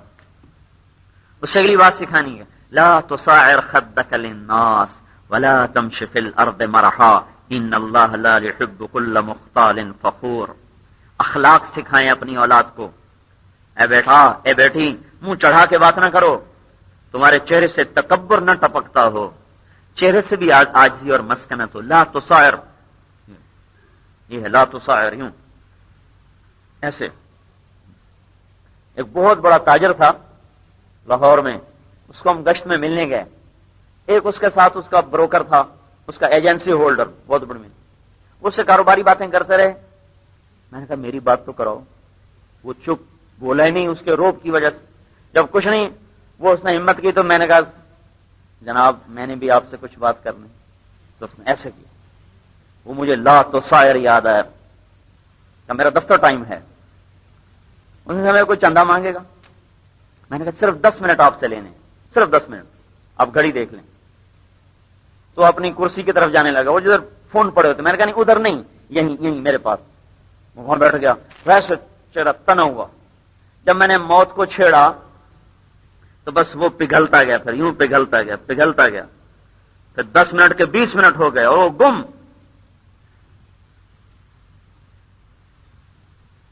تو خود کہنے لگا اور کہو. لا تصاعر، اپنے انداز سے بھی تکبر نہ ٹپکنے پائے. اخلاق بناؤ، اخلاق ہے. اگر آپ نے اولاد کو اخلاق نہ سکھائے تو اللہ کی قسم پیسوں سے زندگی نہیں گزرتی. کوئی در و دیوار سے زندگی گزارتا ہے، پوچھتے ہیں لڑکا کیسا ہے، کیا مطلب کہ لڑکا کیا کرتا ہے، کماتا کتنا ہے. یہ نہیں پوچھتی کہ لڑکے کے اخلاق کیسے. ہمارے یہاں ایک بچی کی ایک جگہ نسبت ہوئی تو میں نے ان کی خالہ سے پوچھا لڑکا کیسا ہے، لڑکا کیسا ہے، دیکھو کیسا ہے. جواب کیا، اس کے 14 مربع ہیں، اس کی پیپر مل ہے. سوال کیا ہے اور جواب کیا ہے. پھر میں نے کہا خالہ لڑکا کیسا ہے، تو اس کے 14 مربع ہیں، اس کی پیپر مل ہے. میں نے پھر تیسری دفعہ کہا میں یہ نہیں پوچھ رہا کہ اس کے پاس کیا ہے، میں پوچھ رہا ہوں وہ خود کیسا ہے، گدھا ہے کہ انسان ہے. کہ زندگی مربوں سے نہیں گزرتی، پیپر مل کے ساتھ زندگی نہیں گزرتی، زندگی انسان کے ساتھ گزرتی ہے. انسان ہے تو جھونپڑے میں بھی خوش رکھے گا، وہ جانور ہے تو محل میں بٹھا کے بھی تڑپا کے رکھ دے گا. دیکھتے نہیں آپ حیدرآباد کے گھروں میں کیا ہو رہا ہے کہ انسانیت جب گم ہوئی تو گھر گھر میں شادیوں کے چند دن بعد نوحے شروع ہو جاتے ہیں. ابھی تو شادیاں بند بھی نہیں ہوتے کہ ساتھ ہی نوحے شروع ہو جاتے ہیں. کیوں؟ انسان نہیں تیار کیے، جانور ہیں، جانور جو بھڑ رہے ہیں، ایک دوسرے کو نوچ رہے ہیں. اخلاق سکھائیں اپنی نسل کو، اپنی اولاد کو اخلاق سکھائیں، انہیں جھکنا سکھائیں، انہیں حاجات پہ صبر سکھائیں. اگر اخلاق نہ سکھائے تو زندگی جہنم بن جائے گی. آپ کے گھر بھی کسی کی بیٹی آئے گی اور آپ کی بیٹی نے کسی کے گھر جانا ہے. اگر اخلاق نہ ہوئے تو گھروں میں آگ لگ جاتی ہے.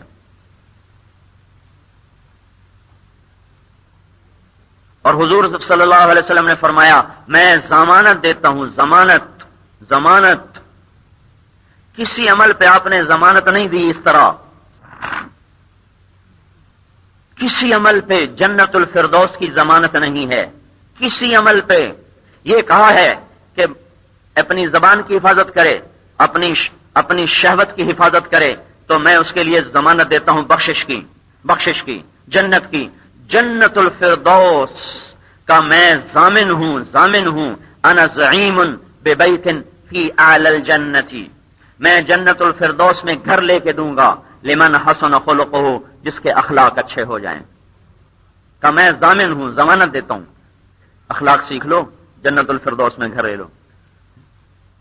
یہ تہجد پہ وعدہ نہیں، تبلیغ پہ وعدہ نہیں، چلے پہ وعدہ نہیں، تلاوت پہ وعدہ نہیں، ذکر پہ وعدہ نہیں، علم پہ وعدہ نہیں.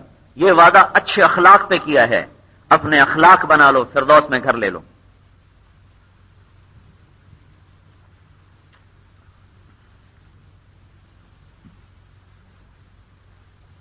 تو یہ اخلاق ماں باپ سکھاتے ہیں. ماں باپ کو نہ آتے ہیں تو وہ کیسے سکھائیں؟ اخلاق کی بنیاد کیا ہے؟ تصل من قطعک، جو توڑے اس سے جوڑو. وتعطی من حرمک، جو نہ دے اس کو دو، وتعفو عن من ظلمک، جو ظلم کرے اسے معاف کر دو. یہ ہیں اخلاق کی بنیادیں. اب میاں بیوی کہہ رہی فلاں سے میرا جھگڑا ہو گیا ہے، آپ نے بھی اس سے بات نہیں کرنی، اپنے میاں کو کہہ رہی، فلاں نے بیٹوں کو کہہ رہی ان گھر میں نہیں جانا. یہ تو اخلاق سکھائے جا رہے ہیں. اور اللہ کا رسول کیا کہہ رہے ہیں؟ جو توڑے اس سے جوڑو، جو نہ سلام کرے اسے سلام کرو، جو تمہارا حال نہ پوچھے اس کے گھر جا کے اس کا حال پوچھو، جو تمہیں اپنی شادی پہ نہ بلائے تم اسے اپنی شادی پہ بلاؤ، جو تمہاری میت پہ نہ آئے تم اس کی میت پہ جاؤ، جو تمہارے دکھ درد کا شریک نہ ہو تم اس کے دکھ درد کے شریک بن جاؤ، جو تم پہ ظلم کرے تم اسے معاف کر دو. یہ اخلاق یہ تحفہ اپنی بچیوں کو دے کے بھیجو، یہ اخلاق اپنے بیٹوں کو دے کے بھیجو، تو گھر ہمیشہ سدا بہار بن جائیں گے، وہاں خزاں آئے گی نہیں. ورنہ ہم نے سب پوش گھروں میں ایسی خزاں دیکھی ہے کہ کبھی وہاں بہار کا گزر ہی نہیں، کہ اخلاق ہی کوئی نہیں. تو انسان تو معاملات سے چلتا ہے، برتنے سے. زندگی تو برتاؤ کا نام ہے. اگر برتاؤ غلط ہے تو وہ آپ سونے چاندی میں تول کے کیا کریں گے؟ وہ جو میں آپ کو بتا رہا تھا وہ 14 مربے والا اور پیپر مل والا 1 سال کے بعد طلاق ہو گئی کہ انسان نہیں تھا. وہ انسان تھا کہ اس کی 2 آنکھیں بھی تھیں، 2 ہاتھ بھی تھے، 2 پاؤں بھی تھے، زبان بھی تھی، 32 دانت بھی تھے. ایسا انسان تو ضرور تھا. وہ انسان نہیں تھا جو اللہ کہتا ہے انسان. رجال. تو ہمارا تو معاملہ ہی الٹا ہو گیا. لڑکا کیا کرتا ہے یہ پوچھتے ہیں، انہیں پوچھتے ہیں لڑکا کیسا ہے، کیسا ہے. اخلاق، ایمان، کردار. پیسوں پہ تولا جاتا ہے، کردار پہ نہیں تولا جاتا. یہ دوسرا سبق اخلاق والا. پھر ایک اور سبق سکھایا، وقصد فی مشی کا. یہ معاشرت سکھا دی. بیٹا میانہ روی سے چلنا ہمیشہ. جو گھر میانہ روی سے چلے گا کبھی ان کو مالی تنگی نہیں آئے گی. ما عال من اقتصد والقصد فی الفقر والغنا. آپ نے فرمایا میرے اللہ نے مجھے کہہ دیا ہے میانہ چال چلو، پیسہ ہو تو بھی فقر ہو تو بھی کبھی تنگی نہیں آئے گی. اب ہمارے گھروں میں مالی تنگی کیوں آتی ہے کہ کمائی 100 روپے ہے اور خواہش 1200 کی ہے، تو 200 کا مسئلہ بنا ہوا ہے. کمائی 1 لاکھ ہے اور خواہشات 1.5 لاکھ کی ہیں تو مسئلہ بنا ہوا ہے. کمائی 1 کروڑ ہے، خواہشات 1.25 کروڑ ہیں تو مسئلہ بنا ہوا ہے. کمائی 100 ہو تو خواہش 80 پہ رکھو. کمائی 1 کروڑ ہے تو خواہش 80 لاکھ پہ رکھو. وقصد فی مشی کا. چلنے میں میانہ روی اختیار کرو. کتنا بڑا اصول سمجھا دیا. وغضض من صوتک. اچھا اس کے دونوں معنی بنتے ہیں. چلنے میں میانہ روی، چال میں بھی تمہارے ناز و انداز نہ ہوں، اور تمہارے زندگی کے روزمرہ معمولات میں بھی میانہ روی ہو. قرآن کا ایک لفظ کئی معنوں کو سینے سے لگا لیتا ہے. موسیٰ علیہ السلام کو بلانے آئی شعیب علیہ السلام کی بیٹی. شعیب علیہ السلام کی بیٹی. عورت کو اجازت ہے گھر سے باہر کسی ضرورت کے لیے جانے کی، ایسی پابندی تو نہیں لگائی اللہ نے، لیکن عورت کیسے جائے ایک آیت میں سمجھا دیا. شعیب علیہ السلام نے کہا بیٹی جاؤ اس کو بلا کے لاؤ جس نے بکریوں کو پانی پلایا. تو وہ لڑکی آئی بلانے کے لیے. جس طرح وہ چل کے آئی وہ چال اللہ کو ایسی پسند آئی کہ قیامت تک اس کی چال کو قرآن کا حصہ بنا دیا، تاکہ قیامت تک مسلمان عورتیں مسلمان مرد پڑھیں کہ اس طرح عورت باہر جاتی ہے. جب وہ باہر جاتی ہے تو اس طرح جاتی ہے. وجاءت احداهما تمشی علی استحیاء. اب یہ جو علا ہے نا، علی استحیاء، اس کو بتانے کے لیے الفاظ کوئی نہیں میرے پاس کہ اللہ نے، آپ یوں سمجھیے کہ اللہ نے یہاں حیا کو ایک سواری سے تشبیہ دی ہے. حیا سواری ہے اور وہ لڑکی اس حیا پہ سوار ہے اور اس کی لگام اس کے ہاتھ میں ہے. وہ لڑکی جب باہر نکلی موسیٰ علیہ السلام کو بلانے کے لیے تو وہ اس طرح چل کے آ رہی تھی کہ جیسے حیا اس کے سامنے سواری بن گیا ہو اور وہ حیا پہ سوار ہو. گویا کہ وہ عورت نہیں آ رہی تھی بلکہ حیا کا ایک پیکر چل کے آ رہا تھا. اعلیٰ سوار کر دیا اللہ نے، حیا پہ سوار کر دیا کہ حیا اس کے اندر میں اترا ہوا تھا اور اس کے سامنے ایسے تابع تھا جیسے سواری سوار کے آگے تابع ہوتی ہے. یہ حیا سکھایا ہے. وقصد فی مشیک، چلنا بھی ایسا ہو کہ عورت ہے تو حیا ہو، مرد ہے تو تواضع ہو. عورت میں تو حیا کے ساتھ چلے، مرد ہے تو تواضع کے ساتھ چلے. وَاغْضُضْ مِنْ صَوْتِكَ، آوازیں بلند نہ کرو، زور زور سے گلے پھاڑ کے بات مت کرو. بولنے میں بھی متانت ہو، سنجیدگی ہو، وقار ہو. کیا خوبصورت تعلیمات ہیں ہمارے اللہ کی، کاش کہ ہم پڑھتے. ان انکر الاصوات لصوت الحمیر، سب سے بری آواز ہے کھوتے کی. تو چلانا، گلے پھاڑ کے بولنا، میانہ روی سے بولو. متانت، سنجیدگی خود ایک بہت بڑا زیور ہے، مرد کے لیے بھی عورت کے لیے بھی. تو یہ ایک پورا چارٹ ہے جو میں نے آپ کو مختصر کر کے بتا دیا ہے. یہ عورتوں کی، مردوں کی، والدین کی. ہم سب بہت سے اس وقت والدین بنے ہوئے ہیں، کچھ بن جائیں گے اگر اللہ نے نصیب کیا ہوا ہے. تو ہم اپنی اگلی نسل کو اگر یہ باتیں دے کے نہ گئے تو ہم خیانت کر گئے اور ہم ظلم کر گئے، اور قیامت کو یہ نسل ہمیں پکڑ لے گی. یہ نسل ہمیں پکڑے گی کہ یا اللہ وہ نہیں دیا تھا انہوں نے جو آپ نے کہا تھا. تو تبلیغ کے کام میں اس چیز کی استعداد پیدا کرنے کی محنت ہو رہی ہے کہ اللہ تعالیٰ نے اس امت کو آخری نبی کی آخری امت بنایا ہے. ہمارے نبی کے بعد نبی کوئی نہیں اور ہمارے بعد امت کوئی نہیں. تو اللہ تعالیٰ کے پیغام کو دنیا میں عام کرنا یہ مردوں کے بھی ذمہ ہے، عورتوں کے بھی ذمہ ہے. مرد مردوں میں، عورتیں عورتوں میں کام کریں اور اپنی نسل کو تیار کریں. حضور صلی اللہ علیہ وسلم چونکہ آخری نبی تھے تو آپ کو آگے تک پیغام پہنچانا تھا. ہر زمانے میں عورتیں مردوں سے زیادہ رہی ہیں اور رہیں گی. ہر زمانے میں، دنیا میں بھی زیادہ ہیں، جنت میں بھی زیادہ ہیں، دوزخ میں بھی زیادہ ہیں. ہر جگہ انہی کی اکثریت ہے. فَإِنِّي أُرِيتُكُنَّ أَكْثَرَ أَهْلِ النَّارِ، آپ نے کہا اور تو صدقہ کرو، میں دیکھ رہا ہوں دوزخ میں زیادہ ہوں. تو اس طرح وہ زیادہ ہیں. پھر جنت میں بھی زیادہ ہیں کہ حوریں بھی مل گئیں ساتھ اور ایمان والی عورتیں بھی مل گئی ساتھ، تو وہ زیادہ، وہ بھی اس طرح بھی زیادہ ہوگی. دنیا میں بھی زیادہ ہیں کہ کم از کم 4 گنا تعداد ہر حال میں زیادہ رہے گی عورتوں کی. اس آیت کو زندہ کرنے کے لیے مثنا و ثلاثا و رباع، اس لیے کم از کم ہر زمانے میں 4 گنا عورتیں زیادہ رہیں گی. تو اس کو اب عورتوں کے بھی نبی ہیں، مردوں کے بھی نبی ہیں، اور عورتوں کو کھل کے مرد نہیں بتا سکتے تو عورتیں تیار کی جائیں جو عورتوں میں کام کریں. اس لیے آپ کی شادیاں زیادہ ہوئیں. اگر آپ شوق کی شادیاں کرتے نا، شوق کی، تو 40 سال کی عورت سے کبھی شادی نہ کرتے. آپ تو 25 برس کے خوبصورت جوان، کائنات کا حسن اکٹھا کر کے اللہ نے محمد کی شکل میں وجود بخشا. حضرت عائشہ نے کہا، حضرت عائشہ نے، وہ صواحب یوسف علیہ السلام کو جو عورتوں نے دیکھا تھا تو انہوں نے ہاتھوں پہ چھریاں چلائی تھیں. اگر میرے محبوب کو دیکھتی تو سینے پہ چھریاں چلا جاتی. حضرت جابر فرماتے ہیں، جابر کہ مسجد نبوی میں 14ویں رات کا چاند چمک رہا تھا اور آپ سرخ دھاری دار یمنی چادر اوڑھ کے بیٹھے ہوئے تھے.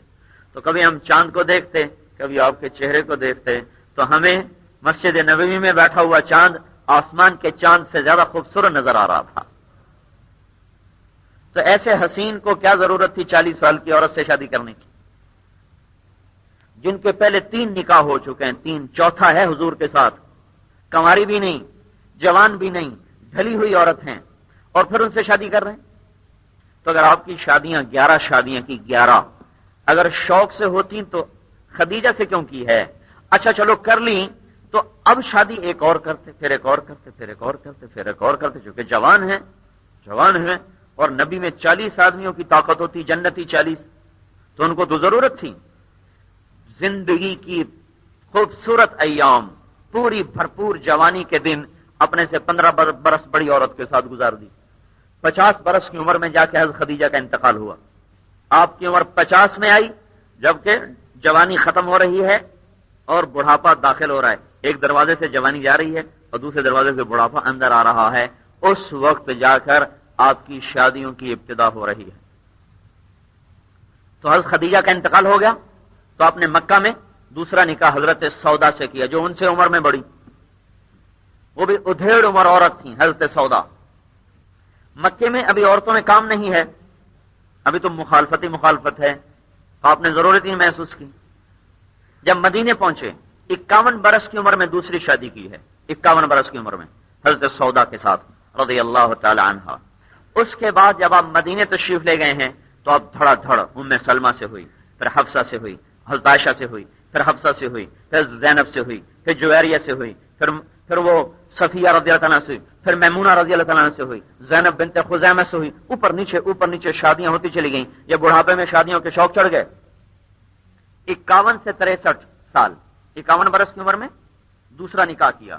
پھر مدینے میں جا کے 52 سال کی عمر میں آپ نے تیسری شادی کی ہے. تو 52 سے 62 10 سال, 63 سال 11 سال, 11 سال میں آپ نے 9 شادیاں کی ہیں. باقی شوق کی ہوتی تو مکے میں ہوتی. یہ شوق کی نہیں تھی, یہ اللہ کے امر کی تھی کہ عورتوں کو اسلام سکھانا ہے تو عورتیں تیار کرو اپنی محرم,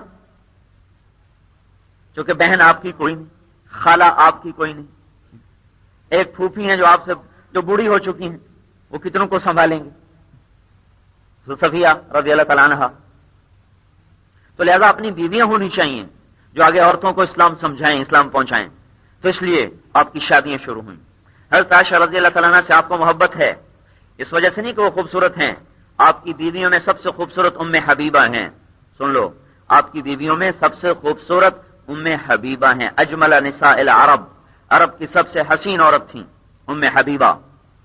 لیکن آپ کو پیار حضرت عائشہ سے تھا, ان کے علم کی وجہ سے, ان کی فہم و فراست کی وجہ سے, کہ جس قدر وہ آپ کی بات کو سمجھتی تھیں اور لیتی تھیں اور کوئی بیوی نہیں لے سکی. اور 1/4 علم امت کو ملا ہے حضرت عائشہ کے صدقے سے. اگر پورے علم کے 4 حصے کیے جائیں تو 3 حصہ 1.25 لاکھ صحابہ نے دیا ہے, 1 حصہ پورے کا پورا حضرت عائشہ نے دیا ہے, چوتھا 1/4 علم.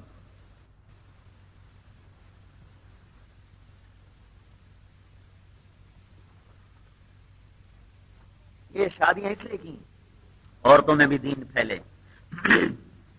چونکہ ازواج مطہرات کی باری تو ایک دن ہے نا, ایک دن. تو ایک بیوی کو خاوند کی خدمت 9ویں دن ملتی ہے. کیونکہ وہاں گئے تو زینب بنت خزیمہ کا پہلے انتقال ہو گیا, پیچھے 10 رہ گئیں. حضرت سودا نے کہا یا رسول اللہ میں بوڑھی ہو گئی ہوں, کیونکہ ان کو پتہ تھا کہ عائشہ سے محبت ہے. یا رسول اللہ میں اپنی باری عائشہ کو دیتی ہوں, آپ میرا دن بھی وہاں گزار لیا کریں. تو حضرت سودا تو اس سے بھی فارغ ہو گئیں, لیکن روزانہ عصر کے بعد آپ اپنی تمام بیویوں کے پاس چکر لگاتے تھے, تمام بیویوں کے پاس. تو اس میں حضرت سودا کے پاس بھی جاتے تھے. تو سارا دن کا کام کیا تھا, خامند کی خدمت 9ویں دن آتی تھی, 9 دن کے بعد خامند کی خدمت آتی تھی. گھر کے کام کاج کا حال یہ تھا کہ نہ توا نہ پرات نہ چولہا, تو وہ کام کیا ہوگا, کڑھائی کا, سلائی کا, صفائی کا, ستھرائی کا. ایک کمرہ ہے اس کو کتنا سجائیں گی, کتنا سنواریں گے. کپڑوں کا حال سنواریں گے, کپڑوں کا حال یہ کہ ایک جوڑا گرمی کا ایک سردی کا, اس کے علاوہ کچھ ہے نہیں. روٹی کا مسئلہ ہی کیوں نہیں, 2 مہینے چولہا ہی نہیں جلتا, تو ان کا دن کیسے گزرتا تھا.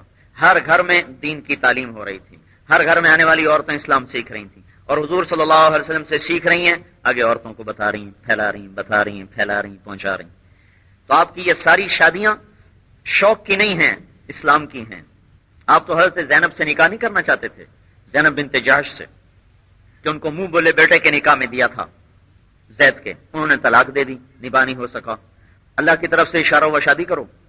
اب آپ ڈر رہے کہ میں کیسے کروں, سارا عرب کہے گا بیٹے کی وہ تو منہ بولا بیٹا ہی ہوتا تھا اس زمانے میں. بہو گھر بٹھا لی, سارا عرب تانے گا بہو گھر بٹھا لی. تو آپ اندر ہی اندر میں انکار کر رہے ہیں.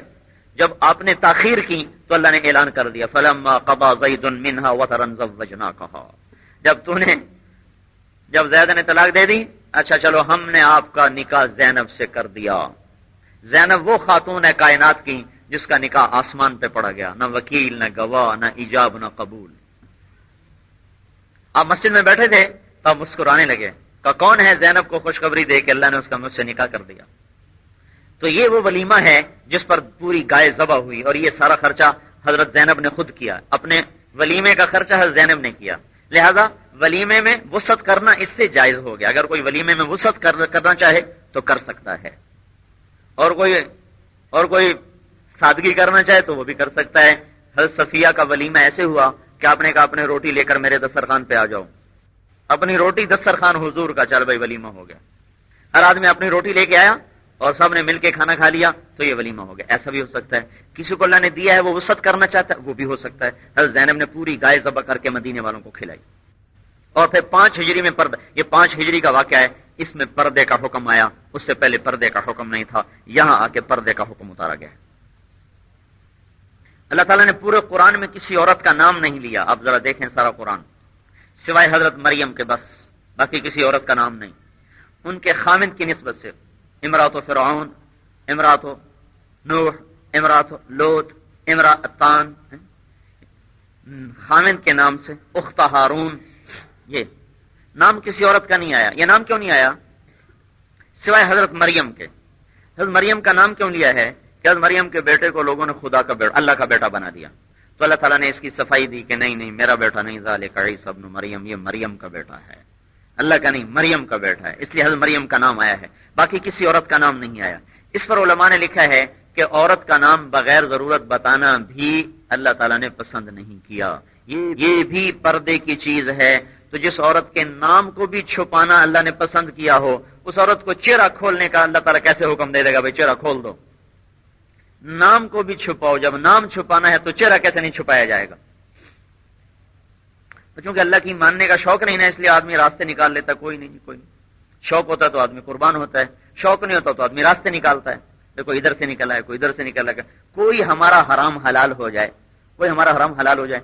آگے مسئلہ بتانے والے آج کل ہمارے جیسے ہیں، جس سے مرضی ہو مسئلہ پوچھ لو، جیسا مرضی فتویٰ لے لو. قرآن پر زور آزمائی کرنے والوں کا کوئی اس وقت کمی نہیں ہے، اور دین کا مذاق اڑانے والوں کی کمی کوئی نہیں ہے، جیسے مرضی فتوی لے لو.